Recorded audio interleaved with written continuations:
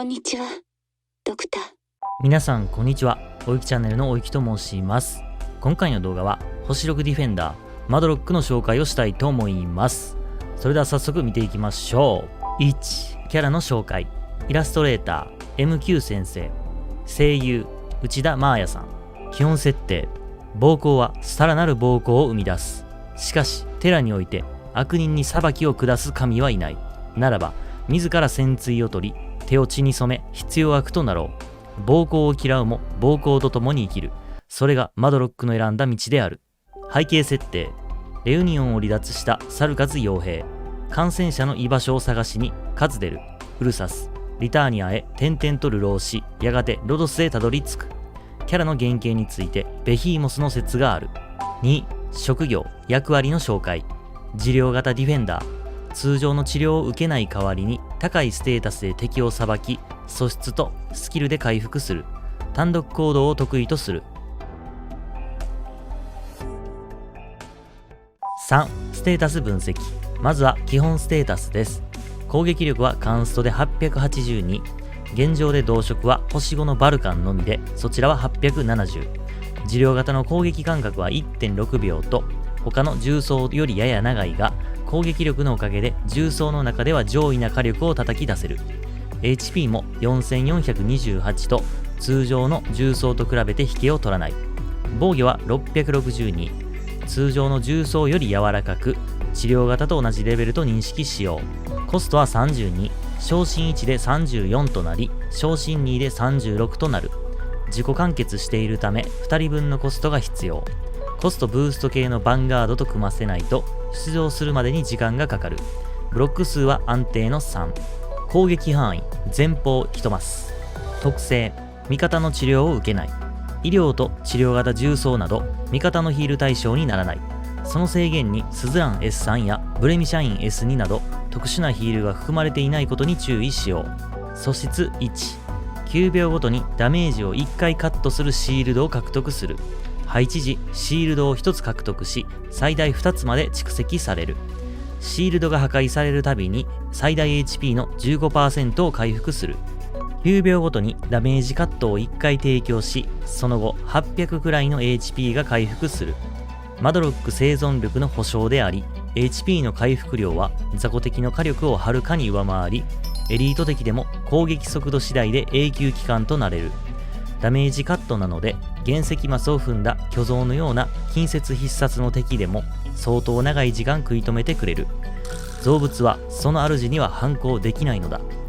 逆に小ダメージを頼りに与えてくる虫、犬の中にエリート敵が混在するような陣形や毒斬りステージにはほぼ役に立たない。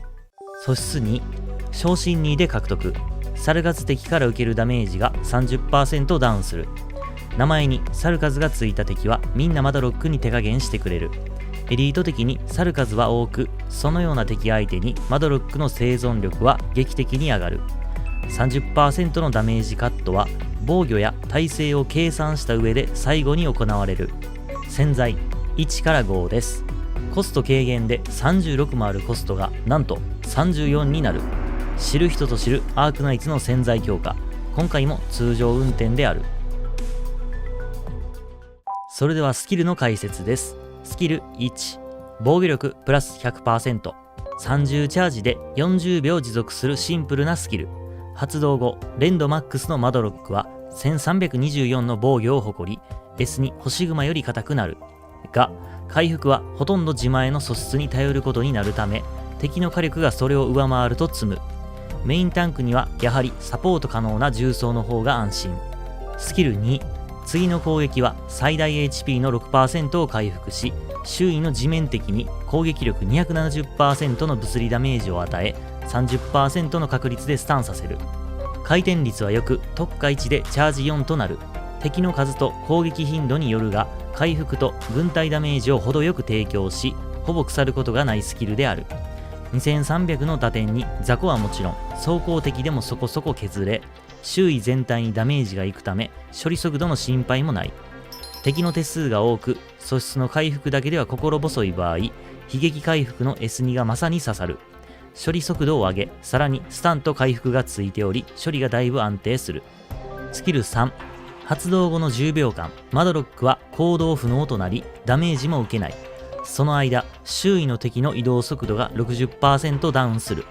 その後、周囲の地面敵を5秒間スタンさせ、自身の攻撃間隔マイナス 30%、攻撃力プラス 140%、防御力プラス 80%、ブロック数までの敵を同時攻撃できる。チャージ25でバフは20秒続く。10秒の準備期間の間、マドロックはブロックこそできないが、ダメージも状態異常も受けず、シールドを少なくとも1つ獲得できる。減速効果は空中の敵にも適用され、敵を1箇所に集中するのに有効。とはいえ、10秒間にブロックできないのはリスキーであり、前もって発動するなり、他のブロック役やサポートを入れるなりして安定させよう。発動後、敵を5秒間スタンさせた上、マドロックは強力なバフを手に入れる。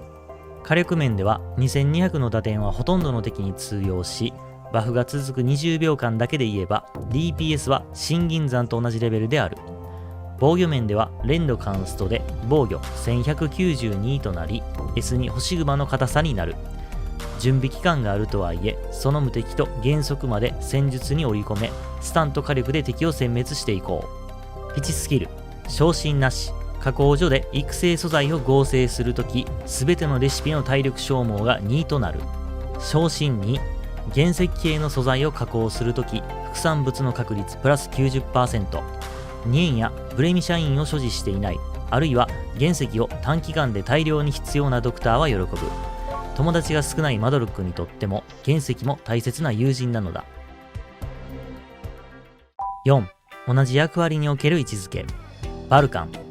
汎用性でマドロックは勝つが、バルカンは S1 で一時的にブロック数を4まででき、またスキル期間の回復力も非常に高い。今後はピンポイントの運用が主流になるだろう。S1 スペクター、S2 ブレミシャイン。ともに自己回復が可能で、安定なブロック数と火力でサブルートの処理を一人で担当できる。それぞれ防御と回復力は異なるが、無事処理できるという前提ならば、軽いコストと操作の少なさの選択となろう。5、運用アドバイス。まずは基本運用です。単独行動なら S2 が安定で、陣形の中で運用するなら、より戦術の幅が広い S3 を選択するといいだろう。初期コストが重く、再配置となると50以上になるため、慎重に順番とマスを考えてから配置しよう。それではコンビネーションです。エリジウム、天人化。コストなしでは何も始まらない。初動にバグパイプを添えればなおよし。S3 の準備期間にあのバフを打ち込めばノーダメで済む。バフにバフを重ねたマドロックは気持ちいい殲滅っぷりを見せてくれる。ブレミシャイン。素質によって S2 マドロックは攻撃するたびにもチャージするようになる。スキルの回転率が上がり、回復効率と火力は20から 30% ぐらいアップする。S2 ブレミシャインのヒールはマドロックでも受けられる。スズラン。S3 のヒールでマドロックの HP を安定させながら減速で準備期間のフォローをする。そしてマドロックが脆弱状態の敵を打ち払う。残念ながらマドロック S3 の減速にスズランの素質は乗らない。ヘオベ、スチュワード。重装甲の耐久敵は渋滞の元凶となることが多い。特にマドロックの連度が低い時、処理しきれないことがあったら装甲キラーをお供させよう。運用のコツ。S3 の10秒の準備期間に敵が素通りする場合がある。どうしてもブロック役を減らしたい場合は、マドロックを後ろに向けて配置すれば、スタン期間を利用して埋め合わせができる。6、育成アドバイス。まずは育成優先度です。とりあえず昇進1にすること。S2 の解禁でステージ攻略に必要な性能はほぼ揃う。昇進2の優先度は高くないが、治療型は味方のフォローが難しいため、性能を上げるには連動を詰めるしかない。いずれ昇進2にして完全なマドロックを手に入れよう。特化に関して S2 特化1でチャージは5から4となるのが大きい。あとは余裕があるとき S2、S3 から好きな方を選んで特化させよう。ガチャ優先度、雑魚処理と決戦、どっちも行えるのがマドロックである。一方、ブレイズやソーンズなど汎用キャラが多く実装されており、スルトやシルバーアッシュなど決戦に優れるものも増えてきている。コストが重いマドロックは前者より使いやすくないというのが事実だが、同期の限定キャラと比べて遜色していないのも事実。手持ちを見て総合的に判断していこう。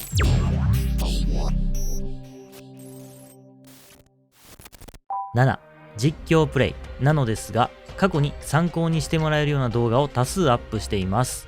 大陸版にマドロックが実装された時、まず脚光を浴びた高難易度ステージが機器契約シャープ3です。機器契約シャープ3の上限等級である33等級や前半18等級4人編成クリアなど、常設ステージがサルガズ的ステージということもあって代用できるはずのない刺さり具合でした。マドロック無双を楽しみたい方はこちらの動画をチェックしてみてください。降参するわ。怪我しなくて済む。わかりました。変わりありませんか？大丈夫ですか？即戦即決。言われなくても分かってる。私に指図するな。愚か者。